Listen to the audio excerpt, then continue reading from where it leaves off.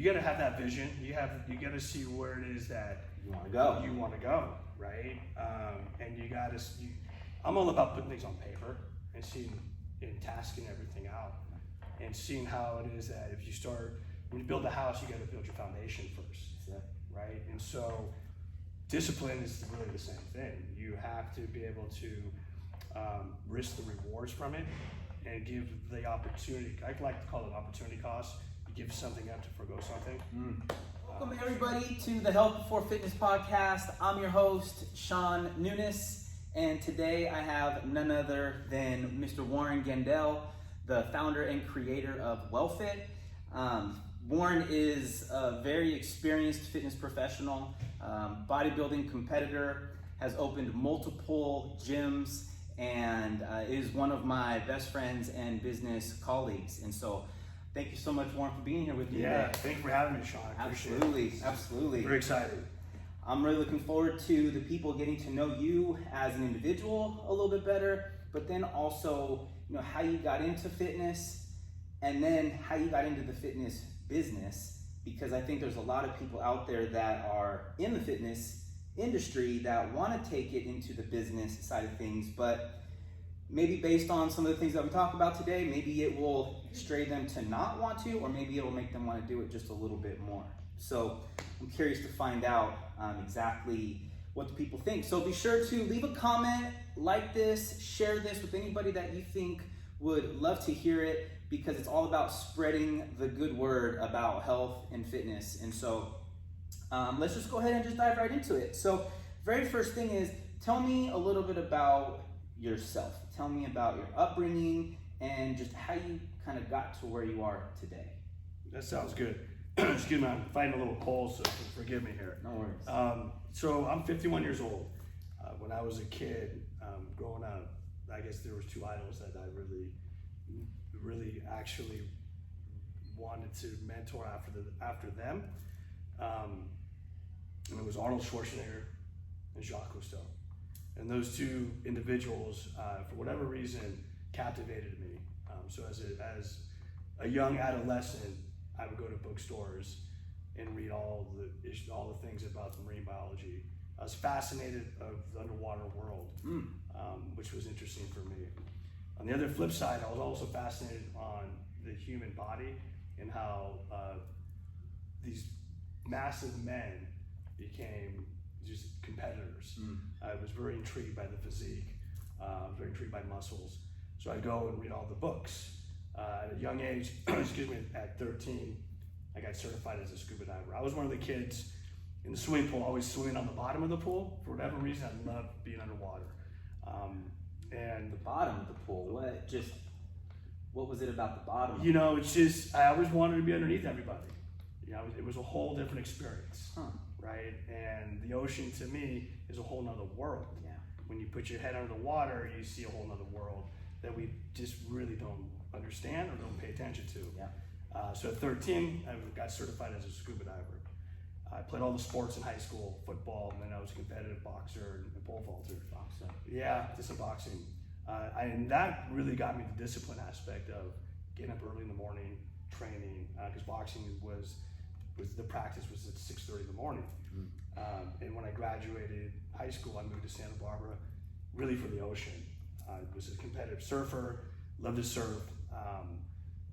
Met a gentleman there. I actually saw a gentleman at a gym. His name was David Esparza. To this day, I'm very friendly with. Big dude. Went up to him, said, "Hey, I want to look like you. How do we do this?" He actually brought me under his wing. And at 17, I started training with him. And it became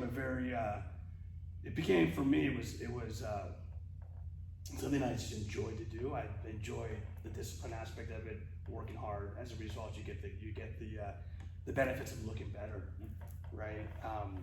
So at 18, we built our first gym together. With David. It was called Goleta Valley Athletic Club in Goleta, the town of Goleta, which is a little bit north of Santa Barbara, which was a lot of fun for me. I learned a lot.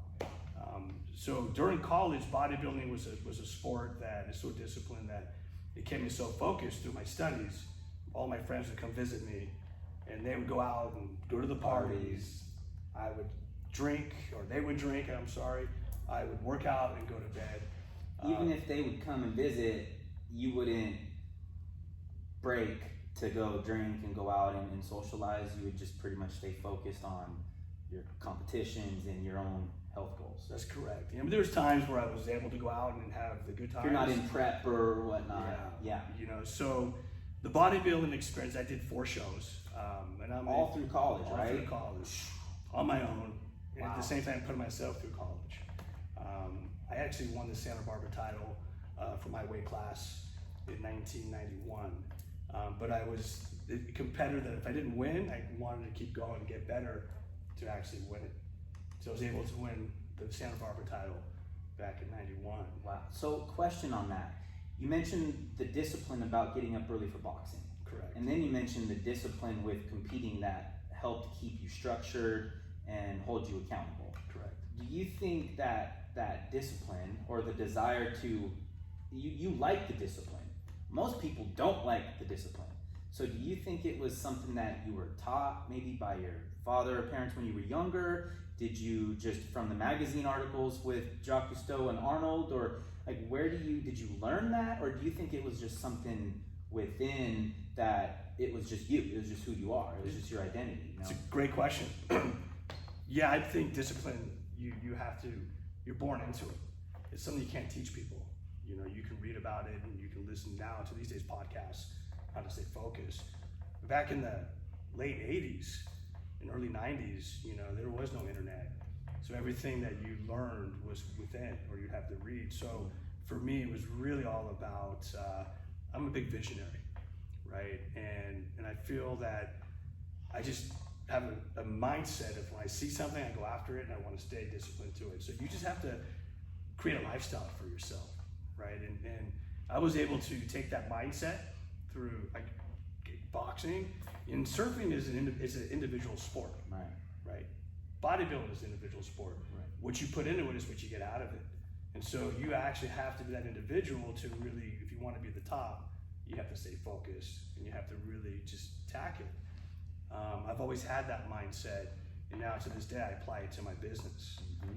So it's tough to teach that to individuals, right? So for me, it's really all about just seeing it, going after it, and evolving through it. So seeing it, since you're a visionary, seeing it is what kind of triggers that emotion to make you want it.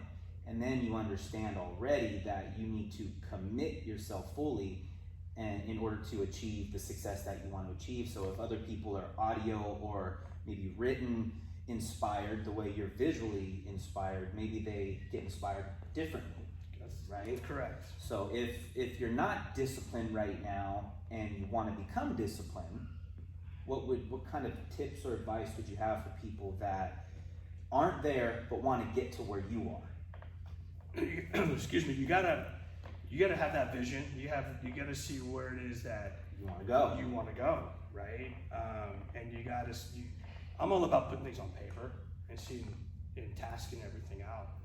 And seeing how it is that if you start, when you build a house, you got to build your foundation first, right? And so discipline is really the same thing. You have to be able to risk the rewards from it and give the opportunity. I like to call it opportunity cost.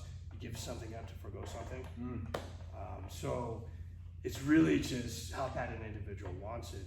And that's how I think these professional athletes, they're the ones that stay driven. They're focused on the workouts, and that's the difference between great and excellence. Is this really consistency, and discipline is a pretty big word today. Yeah. You know, and so it just comes within. It's hard to explain it. You just have to adapt to it and just persevere. Perseverance, I think, is a big part of how you get to become disciplined. Those two. And a lot of people aren't disciplined because maybe they don't have that connection to why they're doing it in the first place. Correct. Right? When you really know where you want to go and what you want to do, then you can create that plan that will help get you excited to achieve it. But if you don't really have that path on how you're going to get there, it's really hard to get up in the morning when you're tired, right? It's really hard to sacrifice staying away from the chips or the pizza because of these goals if you don't have a clear vision. And it seemed like you really knew what you wanted and you knew what it was going to take to get there. I did, and to your point about getting up and to go work out, the discipline aspect of that for me is thinking ahead, the future, meaning I'm tired, I don't want to work out, but what am I going to feel like when I'm done working out? That mindset of trying to get your mind around the final Before it happens. Before it happens. Yeah. Because I know that once I get out of bed and I get there, when I'm done, I say to myself, thank God I actually did it. So accomplished, Yes. ahead of everybody else. That's right. Productive day sets the tone for your day. And most people can't get to that future experience. They're just focused on right here, right now. That's correct. I'm tired right now. I don't want to get up right now, so I'm not going to get up. Right. But when you get up and you feel accomplished, for some reason people end up falling back into that old mindset of the way they feel right now, rather than thinking about how I'm going to feel when I'm done. And so do you think in the beginning when you were younger, you had that mindset of, oh, I'm tired, I'm just not going to get up, and then at some point you started realizing, I really like the way I feel when I'm done a whole lot more than the way I feel when I first wake up? Yeah, I do. I think growing up, you have to have idols. You have to find somebody you admire. Like a mentor or someone that you want to model after. 100%. Yeah. Arnold Schwarzenegger was one of those for me. Mm-hmm. It's a cliche because it's a big name, but for me, I just loved the way the physique was. And so I wanted to figure out a way to get to that point. So bodybuilding did that for me, right? I was able to know exactly how I wanted to look, how I wanted to feel, but I didn't know how to get there until I met my friend David Esparza. And at that point, that whole process during the bodybuilding years for me really helped me start getting into my career path. Because if you're disciplined enough to work out 6 days a week, prep your meals, make sure that you have enough water intake, there's the whole thing that goes around the sport, you can accomplish anything. I agree. There's nothing more difficult than I feel is that sport. So once you figure that out, I really think that component you can apply to anything. It goes with your career, right? It's what you want to be able to do with yourself. I don't know how people, and this is just me, can get the same paycheck every day. The discipline for an entrepreneur is I want to achieve X amount of financial goals or happiness. And so you want to figure out a way how you can sustain that. Push that ceiling up. Push that ceiling up, right? Yeah. And that's all up to the individual. And that's what I think back in the days when I was doing the bodybuilding sports, that's what did it for me, is you're challenging yourself. And I think once you can understand how to break that fear, to challenge yourself and cut that umbilical cord, then you can accomplish anything. It's a really big part of who I am, and I wish more people could think that way. Yeah. My son to this day is 15, and I don't push him, but I'm teaching him. And now he's creating a lifestyle for himself, the discipline of he wants to be in the NFL. Yeah. So he's working out with me at 4:30 in the morning, and it's on his own, but you got to teach that. Yeah. Right? That's what it takes. That's what it takes. Yeah. What would you say you are really passionate about right now at this point in your life? So it's, I guess, health and wellness. Just kind of want to go back to my upbringing.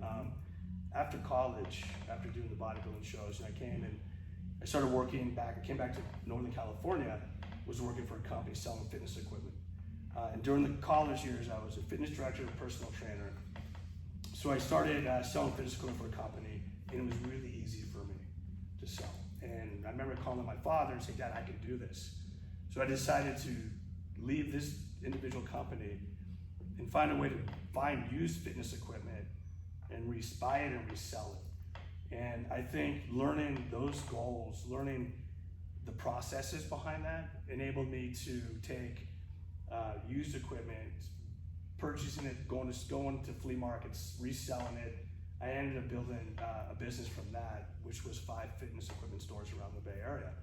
So it was the discipline, the perseverance that goes with it.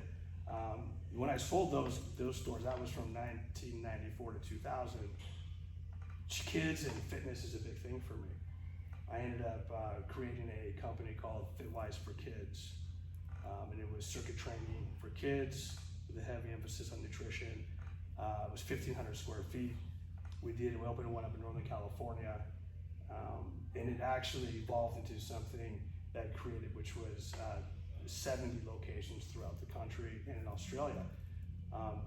So when we talk about your vision or what's passionate to me right now, it's always been around the fitness, and it's always been around helping individuals.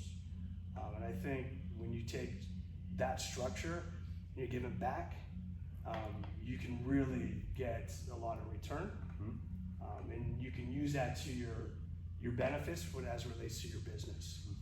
If that makes sense. Yeah. So in regards to passion, helping individuals, helping kids better understand what it takes to live a healthy lifestyle, as well as creating an environment for them to succeed, to build confidence, to have fun, right? So how do you go from selling equipment on the corner to building 5 locations where you're selling equipment, and then you go to opening up your own youth fitness franchise model, and then opening it up to 70 locations? So you just had this entrepreneurial just DNA, right? I mean, because most people are in a box and they like being in that comfort box. You, it seems like you don't like being in a box, and you want those wings to flap. You want to get creative, and you want to just push yourself as far as you can go to make as big of an impact as you can within the health and fitness space, right? That's correct. So, you know, a lot of people want to be entrepreneurs. It's like the cool thing to do nowadays, right? Work your own hours, work your own job, build your own dream, but it's not for everybody. So do you think that the entrepreneur is in your DNA? It's just who you were, and you just had that creative mindset to think outside the box and think, oh, well, if I have this, I could do this. And if I have that, I could do this, and then we can do this. Like, were you taught that, or like where did you learn that? That's a great question. So you can't teach that, right? I think it's part of that individual I think it's a vision. You know, everybody has a vision. Everybody that you speak to wants to be a millionaire. You know, everybody wants to have pleasure. All the shiny cars, all the big homes. Right? So, but the actions speak louder than words, right? So for me, it was just seeing something and figuring out how I can get to that point. I learned a lot. I embraced information. My mentor, David Esparza, back doing, as I mentioned, in Santa Barbara, he taught me bodybuilding. Then we ended up building this gym together for an individual for this company. I took a lot of that information and I applied that to my next phase, right? So for me, it's all about seeing something, understanding it, building a plan around it, and executing it. It just comes within. You know, and people have to, I think the number one thing today's age is you have to be able to have faith in your ability, and that's where people just they don't challenge themselves with that. And I think it's really important to be able to see yourself, go after it, and figure out a way to get there. You know, and it's a natural instinct for me. My brother is his own head. He has his restaurants. He owns restaurants. My sister is a top producer in real estate. So our family is just all we do is own businesses. What about your dad or mom? Were they business owners as well, or were they 9-to-5 blue collar workers? Yeah, my father. We were in the food business. We had a really substantial candy manufacturing business. So it was a family business. So I learned. He was a mentor of mine as well, but he was adopted into the business. Got it. Right? Or when they sold it, I had to figure out what I wanted to do. And it's all about passion, right? If you're passionate about something and you really want it, you have to learn and you have to go after it. So that's what I was able to do with it. The fitness side, I can't go out and sell cars. I can't sell copiers. But as it relates to this industry that I'm in, I've been in for 30 years. I can really see and help the visions around anything that involves around the fitness. It becomes really natural for me. Got it. Yeah. And you had the personal experience with it, so you understood the value of it, and you wanted everybody else to experience that feeling. That's correct. Right? Yeah.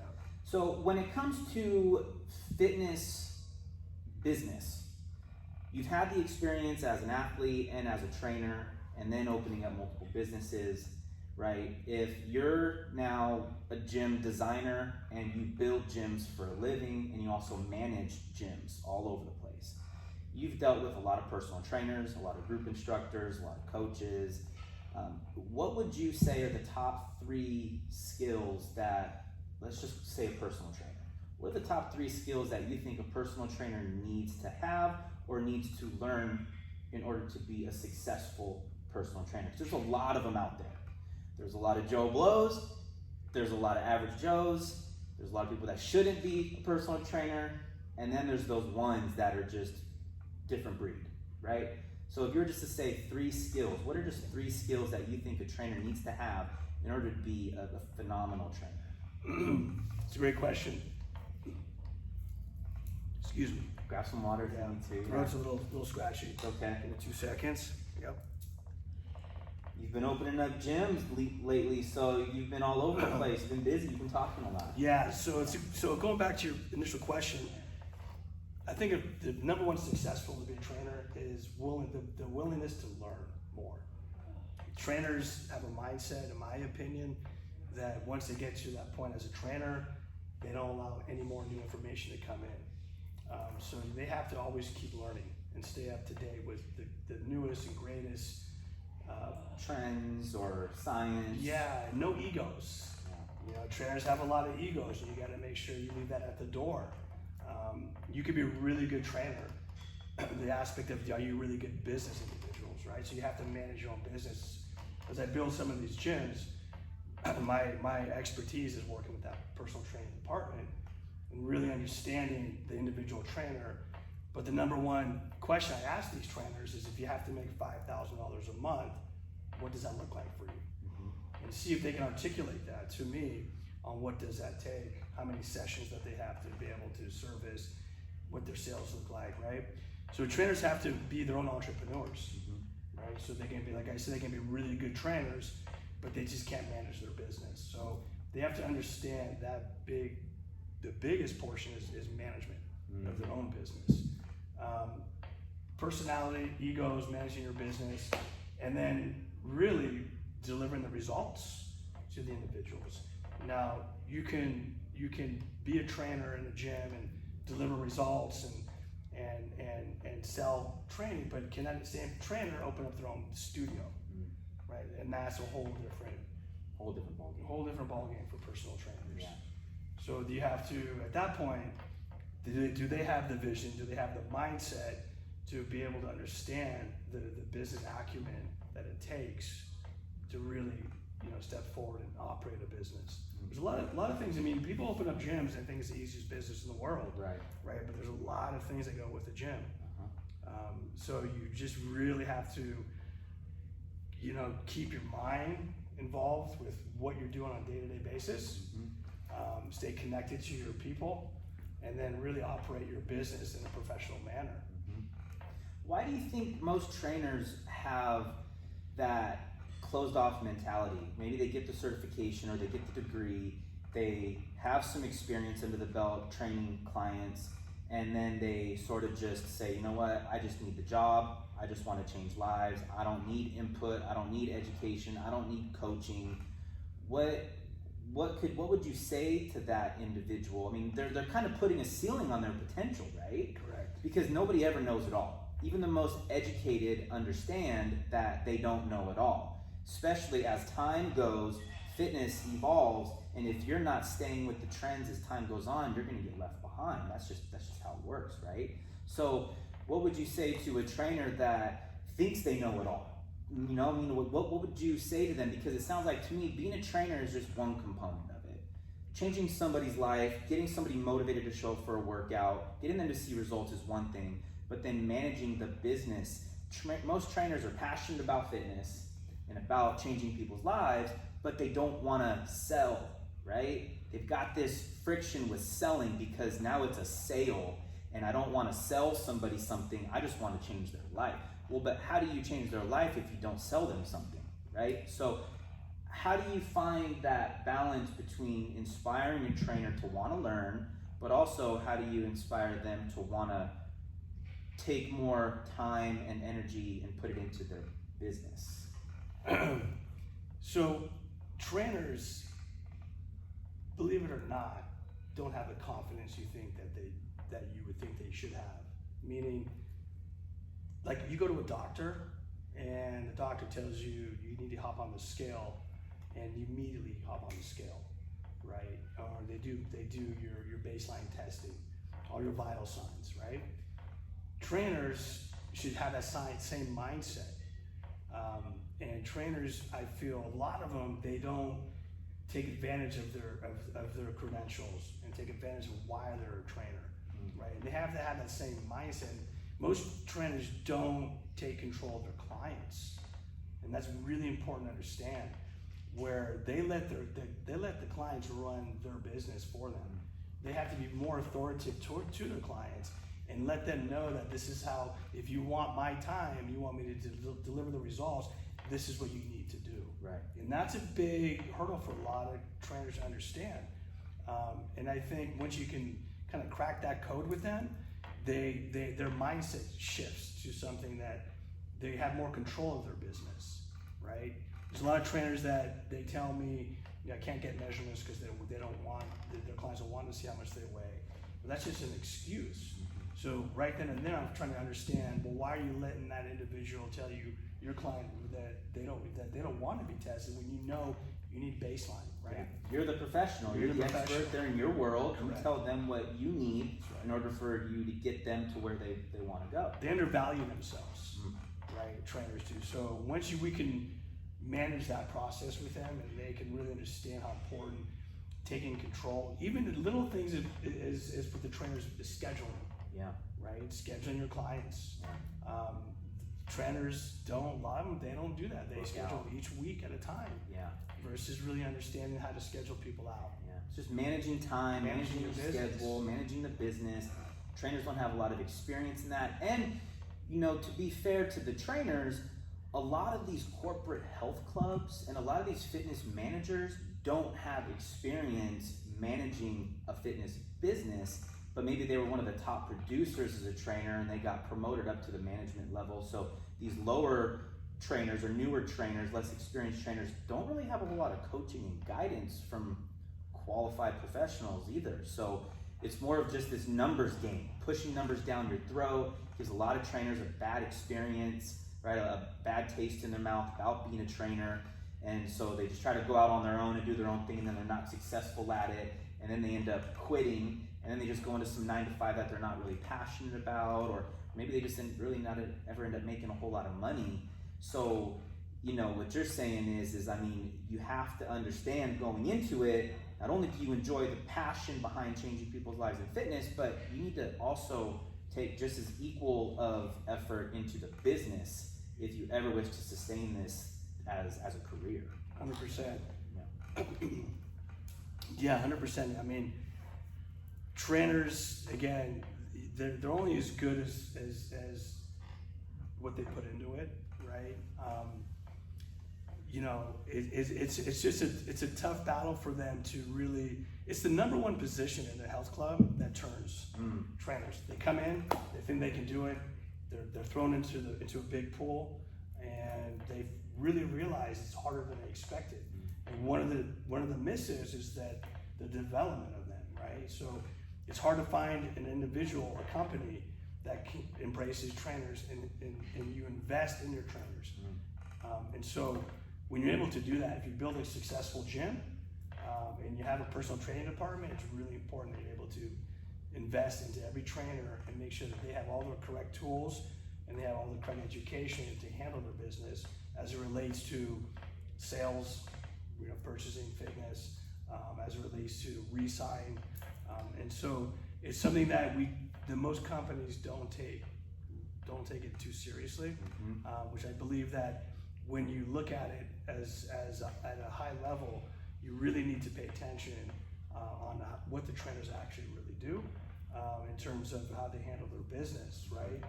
So that's why trainers, I really feel they don't succeed because they don't yield the results that they want to financially, right? And that's a problem. Big problem. That's a problem. The last thing you want is a non-passionate trainer coaching somebody on how to change their life, or if they don't understand how to get that client from point A to point B, or how to manage that relationship. They're gonna waste that client's money, they're gonna be wasting that client's time, they're gonna be wasting their own time, and then they're gonna end up jumping ship and just going somewhere else. Yeah, so part of my company, WellFit, as you know, Shaun, you and I, we have IBM, right? We're with them. So we look at trainers there in the corporate wellness side. So ideally, trainers should embrace whatever they can in a box gym and learn as much as they can. And I believe the next step for a trainer to kind of go to the next level is going off to the corporations, right? Because now you go from a structured place where the members are coming in. By box, you mean like a 24, Equinox, Correct. Crunch, Yeah. a big box kind of corporate health. That's correct. Right, they have that structure. So we do with WellFit, we have trainers that go on site to these companies, right? And what's our biggest challenge is we're trying to get them to promote themselves and sell themselves to the employees. Where trainers most of them don't have that passion to be self-motivators. Although it's a paradox, because trainers are they motivate themselves to work out, but to motivate themselves to grow their business is completely different. It is. Right? And so that's the business side. And so for me growing up, as I stated earlier, and being a visionary and an entrepreneur, I'm able to incorporate all that, right? I'm able to incorporate the fitness side, but I'm also able to incorporate the business aspect of it and really understand how to get from point A to point B. And you just got to put the time into it. A good CEO is not just a CEO. A good CEO surrounds themselves with all the other people around them, which makes that CEO the best. Yeah. Right? And successful trainers are the same way. They have the good mentors, and it's about the team that they can all learn from each other. But you have to have somebody to coach them all the way. Really important. So you've been in the industry for over 30 years now. Yeah, 32. Right? Crazy. And you've seen a lot evolve in the fitness space. What would you say, if you were to kind of summarize how gyms have changed over the years? What have you seen from where it's been to where it is now, even to where maybe you think it's going? Wow, that's a great question. Old school mentality, iron everywhere, right? One big room, equipment everywhere, heavy lifting, very little bit about science behind fitness. Now it's evolved over, let's be honest, I think it's a $20 billion industry. Multi-billion. Right? So obviously they're doing something right. Yeah. But we've evolved to the boutique fitnesses. Orange Theories, various boot camps. Right? Paying top dollar, $189 a month for 2,400 square feet.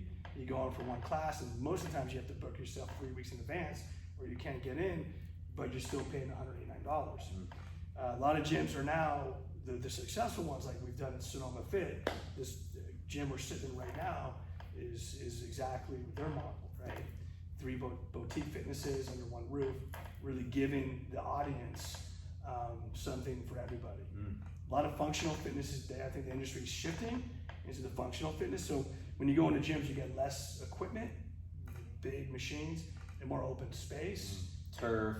Correct. Racks, Yeah. medicine balls. Yeah, and it's evolving. It's constantly evolving. But personal training is always going to be there. People need the assistance, right? And so you really need to have that department in these facilities. So big successful gyms are incorporating now all these different style boutique fitnesses in them. So rather than just having a spin class business, you have a spin class business within a high-end boutique health club. So as a member, you not only can take a spin class, but you can go and take yoga, you can go and take Room X, which is like a group high-intensity interval circuit training, or you can just use the general gym as like a regular member at any other gym, right? So let's talk about WellFit a little bit. Okay. So how long has WellFit been around? What is the mission? What's the vision?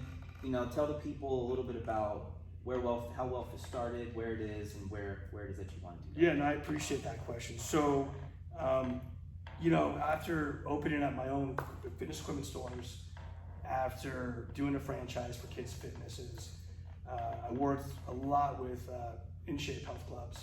I worked at 24 Hour Fitness helping them, so understood the corporate worlds of these big clubs. For me, WellFit is a model that is near and dear to myself, but with three basic divisions, right? I think the consulting and management side is key. I love the vision of helping under-challenged gyms that are existing, that need help, going into them, seeing how we can reinvent their facility, make it better. I also enjoy, we have a division, same part of that division, taking a blank space and creating a whole new facility for an individual. Design, layouts, infrastructure, and we basically will put all that whole package together for the individual, which is really important. A lot of people want to open up gyms, but they just don't have the wherewithal to understand all the different components. So at WellFit, what we can do is we package it up, and we do the design work, we do the procurement side of the equipment, and we'll do the management side and get the facility up and running. The other component is the corporate wellness side, which is really my favorite. Going into these big companies, we created a culture at IBM, right? Where we go in and help these employers bring a culture to the company. And mindfulness, wellness, fitness, and being part of that business. So that is, to me, is really special. We like to do lunch and learns. We like to educate. We're big educators. We like to go and educate executives to the lowest end of the totem pole in these companies. We work with property management companies, right? So we go into the big developers. They have their fitness facilities for their homeowners. We like to bring our programs into them and work with them directly, the HOAs, and put together programs for them. Running yoga classes, running personal training services, running boot camps, running any kind of amenity that there's a demand for. That's right. And it's interesting because now, it's all about production. So employees are getting, sick, not motivated, injured. So how do you fix that? What is the element that is to help these people, right? And it's fitness, right? It's bringing energy into these companies and teaching them. IBM, I keep going back to IBM because it's such a Cinderella story for us. Yeah. We went in on their pilot program, running 12 classes a week. They were going to subsidize 50%. They have 1,400 employees. They were skeptical on doing it. In less than 6 months, we're running 50 classes a week, changing the culture. And we're the minorities there. We have Indians and Chinese who don't do any fitness. Deconditioned, intimidated by the fitness space. Right. So now, IBM, we're the best things to slice bread for them. Yeah. So for us, and that's why I do it. That's why you do it.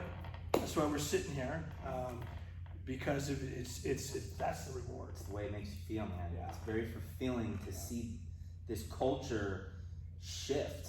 Right. People that were walking down the hallway with their heads down are now walking by high-fiving each other. So I want to go back a little bit. FitWise for kids. It all starts at our youth, right? As it did for me, as it did for you. When you can penetrate these kids and build self-esteem, now we're talking adults. Yeah. There's no difference. Yeah. So FitWise for Kids was a place where these kids go and they can do a full workout, circuit style, and feel that they accomplished something. And what I brought to the towns, I was in 16 states with that, is where you get this obese kid that goes to the same school with this high athlete. You put them together in the same program, and guess what happens? They both finish the same program.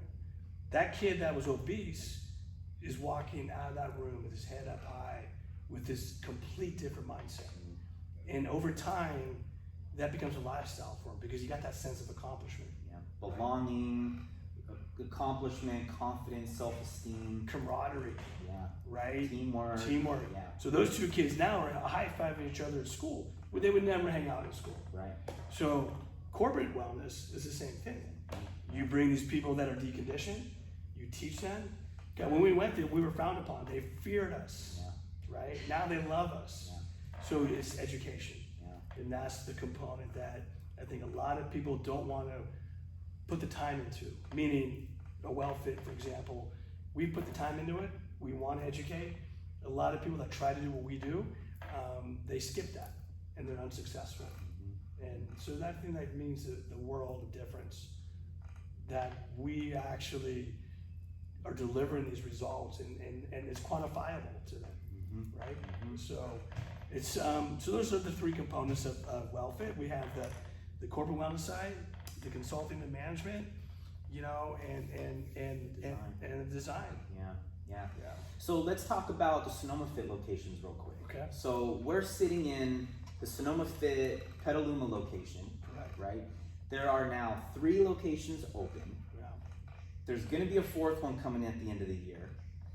Explain your role in this in Sonoma Fit. Yeah. How did you get it launched?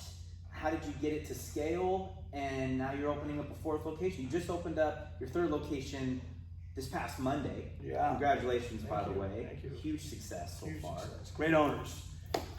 I mean, so I met the owners 4 years ago. Great couple.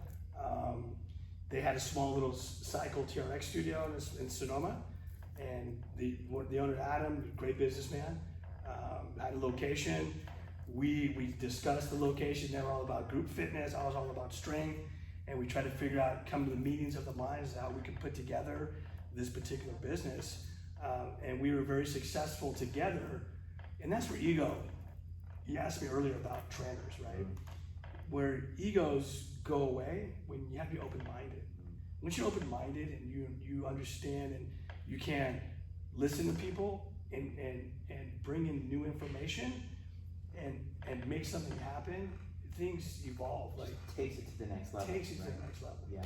So we were able to do that. So we started Sonoma Fit 4 years ago in Sonoma, and we did the design work. I helped build the infrastructure, helped bring the team on, and Adam and his wife Jenny did all the other work, and they're totally hands-on. How big is it? How many trainers are there? So first location is 15,000 square feet. The second location is about 18,000, and then Novato is 20,000. We're running about total of 3 locations. Now, Sonoma's a very small town, so altogether we have about probably 15 trainers in 3 locations, and they're really successful. They got a great membership base. They got a great model. It's something to be reckoned with. I mean, they have a really big opportunity. They care about their members, right? And that's the difference. You actually care about your members. It goes a long way. Yeah. You set up your model where you want members to come versus you want to sell. Most gyms sell memberships and hope you never come. Right? Yeah. Complete opposite. Yeah. So we're excited to. Sonoma Fit has some legs right now. Yeah. So you mentioned to me the other day, I mean, I was here for the Petaluma grand opening. It was amazing. There were already a ton of members signed up before you even opened the doors. And then this new location in Novato, you did a pre-sale campaign and you actually had 1,200, if I'm not mistaken, Correct. members signed up before you even opened the doors. Yeah, we opened on Monday, which, what is it, March 2nd. Yeah. Open on Monday, now I think they're at 1,250 members. Now, do you think the previous Sonoma Fits, the brand, the buzz, and it being all within kind of a similar region, that played a big role? Or do you think it was kind of more of just the marketing strategy? Or what would you give kudos to be so successful before you even opened up? Well, Adam, the owner, marketing guru for sure, knows how to do the marketing. Just getting that message out Yeah, and the reputation. It's amazing how quickly your reputation can evolve. I mean, or tarnish if it's not a good reputation, right? yeah, I mean, these guys have their Yelp reviews out of control, 5-star Yelps, right? So Novato, the people heard about it, and it's just like we must have taken 500 people just from an Orange Theory in a local town of Novato. But it's the reputation.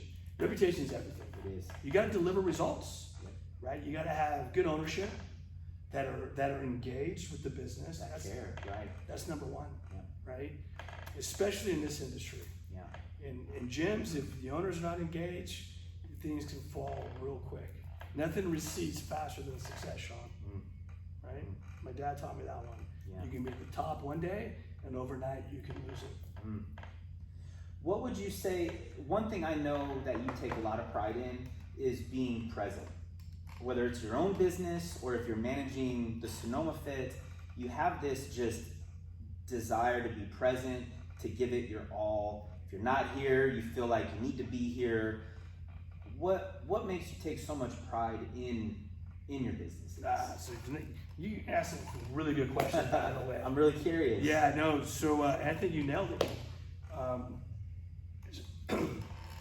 Excuse me. It's interesting because I'm really hands-on, and I genuinely care about what I do, and I know that success bleeds the ownership, right? And if you're involved in everything, my father did business with Sam Walton, the founder of Walmart. Mm.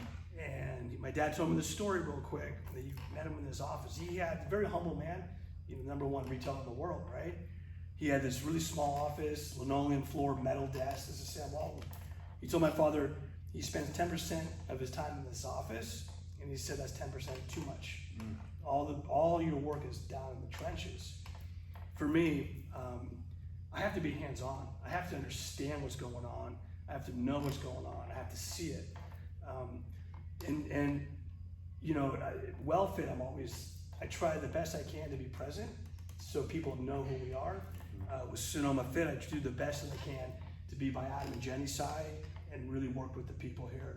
But it's something that you just have to understand. And again, you got to put the time in, right? If you don't put the time into your business and you don't know what's going on in your business, you're really not going to go far, right? So knowledge is power, but you have to know really what's going on. Yeah. Right? The only way you can know is to be here. You have to be here. Yeah. And it goes back to the successful trainers. Yeah. Trainers, they come to the gym when they have appointments and they leave. It means nothing to me. Right. I want to see trainers in Sonoma Fit that are here because they got to be present. Yeah. Right. That's where opportunities take place. Yep. It's all about opportunities. Yep. Just planting the seeds, build relationships, become a known authority in this space, whether you're training a client or not. Just the desire to be present really makes all the difference in the world. 100%. Yeah. 100%. So I've always been that way. I've always been hands-on. Yeah. I always have, for me as an owner, as a mentor to people, working with trainers, biggest key for me is open door policy. Mm. I always tell people that they can come to me about anything and everything, because if I don't have you positive in the work environment, if you have some noise making outside of here, and you have no one to talk to, you can always talk to me, because I need you 100%. Yeah. Right. Yep. And so to be 100%, you have to be able to discuss things. You have to have a voice. Yeah, man. So I need to know what's going on with our peeps, because if I don't, you can have adverse effects, right? So I'm a true believer in that, and I never had anybody quit on me in my companies, which is, knock on wood. I've had to let people go just based on, and it took a lot of my time to do that because I really don't like doing that. Mm-hmm. But I also give them a fair opportunity to see how they can get better. Right. But in terms of people actually quitting, I'm thankful that I've never had that opportunity. That's amazing. Yeah. It says a lot. Right. And so I appreciate that. But it's how reciprocation is everything, right? Recognition is everything. You got to be able to recognize talent. You got to be able to recognize success. If people had to come to me for a raise, then I didn't do my job. Right. I didn't really realize how good you really were. Yeah, it goes a long way. So I know your voice you're doing really good right now. You're sticking with us, but I don't want to drag this on. So I just have a couple more quick questions for you. Where can people find you, and how can they support you? So I know wellfitbayarea.com, right? Correct. Your website. You're on social. Like, if people have questions, how would you like them to reach out to you? Wellfitbayarea.com is the best way, or Warren at wellfitbayarea.com. For your email. Yep. 100%. Okay. And I would love questions and opportunities to answer and help people. Yeah. Yeah. Is there anything specific that WellFit is looking for right now? So is there anything that WellFit is looking to bring on? I know, we have multiple corporate wellness programs, multifamily housing developments that we're managing. What would you say if somebody was out there what are we looking for? Well, we're looking for, our business is very scalable. So if any companies that need our assistance in bringing in a culture of fitness professionals, definitely, right? We have the ability to be in multiple states with it. So any people that want to develop business plans and open up their own business, right? We can help them with that. That's a big thing, and that might be for the next time that we're on an episode, is business plans. Yeah. A lot of people want to build a gym, have a dream, have a vision, but they don't know how to put it on paper so they can get the lending that they need for it. Right. But also, how do they know that it's going to be successful, right? And that is one thing that WellFit does, is we help the trainers and the boot camp instructors that are maybe training in their garage or training at a corporate health club that have the desire and passion to want to learn the business and open up their own business. They don't know where to go.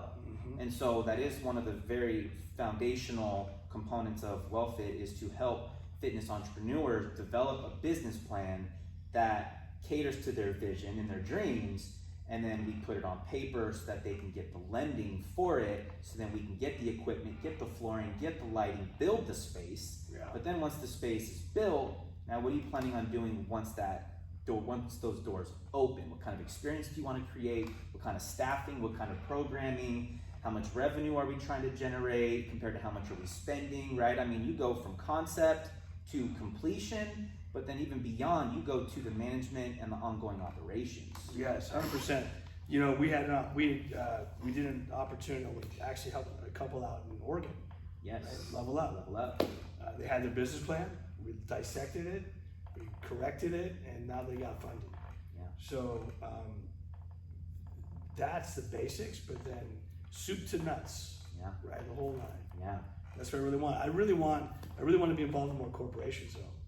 Okay. I really enjoy that. You know, I think we had that. That is a big miss for a lot of companies.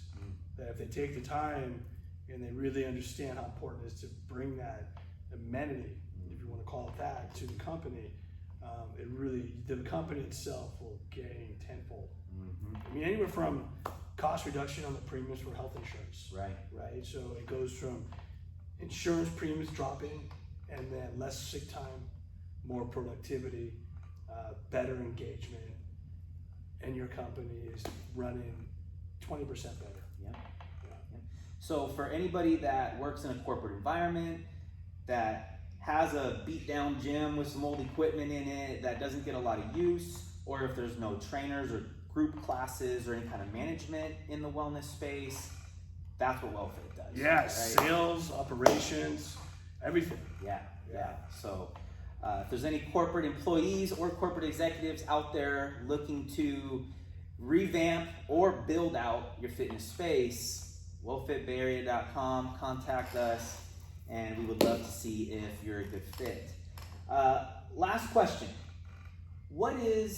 Two-part question. Okay. What is your relationship with failure, and why do you think most people fail when it comes to their health and fitness? Man, those are good questions. My relationship with failure is I don't have one. Meaning, I don't fail. I don't have that mindset. I learn from it. I think of failing, anything you do, you fail, you learn. So it's not really failure, right? It's a life lesson, and you get better from that. So for me, because people fail and then they fold up and they give up. Yep. So if anything that fails with me, I take a step back, I process it, I learn, and I do it 10 times better. Failure towards, give me the other question. Why do you think most people fail when it comes to their health and fitness, the individual? We talked about your very first question, discipline, right? I mean, it's lazy, being disciplined, and making smart choices, right? Look, I mean, it's so easy to sleep in. It's so easy to go get that fast food. But if you really look at, and you got to educate yourself about it. So you just have to have that mindset. It goes down to mindset, right? And drive. Don't have it. You have to fitness is too important, Sean, right? It's exercise is medicine, right? And so you have to be able to understand that. And I think it's twofold. I think, again, it's people look at it as time and convenience, right? They don't have enough time in their day. It's not convenient, right? Well, those two things for me don't exist. So for me, I get up at 4:30 every morning, and because I don't have enough time during the day, Right. so I got to make time. It's only so much time in the day. Right? Yeah. So just you gotta start somewhere, and people need to understand that they have to put aside time for themselves. And if they don't do that, then failure comes, I believe, because you have to understand that your time is sacred, and you have to give your time for yourself to get better. You know, so, and again, failure to me, it's you just learn from it. Failure is a learning lesson. It's not a failure. Yeah. What would you say failure would be? You know, I don't mean to be cliche and ride your back on it, but I look at it as the exact same thing. I'm not afraid to fail. Yeah. I don't look at failure as a loss. I look at it as an opportunity to get better. Right. And so I'm not afraid to take the risk because I don't look at failure as a loss. And I think most people are afraid to lose. They get discouraged, they get down, they get embarrassed, they're afraid of the judgment, right? There's all these other reasons that maybe people, you know, don't want to lose or don't want to fail. And it's become a stigma that has really stopped us in our tracks from truly pursuing our dreams. And so I think just, you know, the lesson learned, it's not a failure. You don't fail. You only fail when you quit. Yeah. Right. You know, I kind of brushed on it a little bit, and I apologize for saying if there's people out there that work like this, but for me, commuting 2 hours a day, one way, going to a job, maybe you're in a cubicle, and you're sitting there all day, and you're commuting back 2 hours, I think people need to take a step back and understand why they're doing that. Meaning that people need to take a risk. You got to be able to take a risk to get 2 steps forward. You may fall backwards, but believe in yourself. Believe in your ability. See that vision, and you chase it. You know, and life is short. You just got to go after it. You know, and you hear it all the time in the ESPY awards. All these great athletes that win these awards, they talk about how much sacrifice that they made to get to that point. It's all about sacrifice, right? And business is nothing different. You have to believe in your ability. And that's where I think a lot of us fail. They don't have that self-worth or confidence they can do it. You'll be surprised if you're back against a wall what you can do. Yeah. Warren, my man, it's a lot of fun. Thank you so much, You sir. bet. Thank you for having me. We'll absolutely do this again soon. All right. All right. Thank you. Thank you.